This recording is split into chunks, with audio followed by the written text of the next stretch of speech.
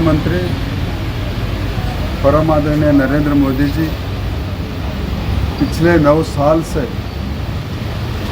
लगातार कृषि क्षेत्र के अंदर सुधार और किसानों का आय दुगनी करना और किसानों को सरकार की ओर से भरपूर मदद करना, इसी के कारण पिछले साल से प्रधानमंत्री कृषि समृद्धि केंद्र देश भर में 1.25 लाख केंद्र प्रारंभ हुआ है। आने वाला साल में और 2 लाख समृद्धि केंद्र के प्रारंभ की अनुमान है।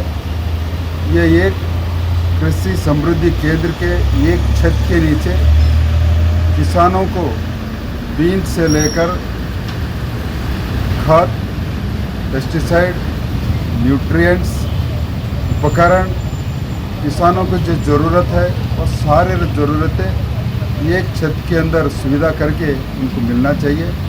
इसी के कारण आज मेरा गोवा के दौरान यहाँ पर मुझे विजिट करने का सौभाग्य मिला और आज इस समृद्धि केंद्र देख करके मन को बड़ी संतुष्ट हुई।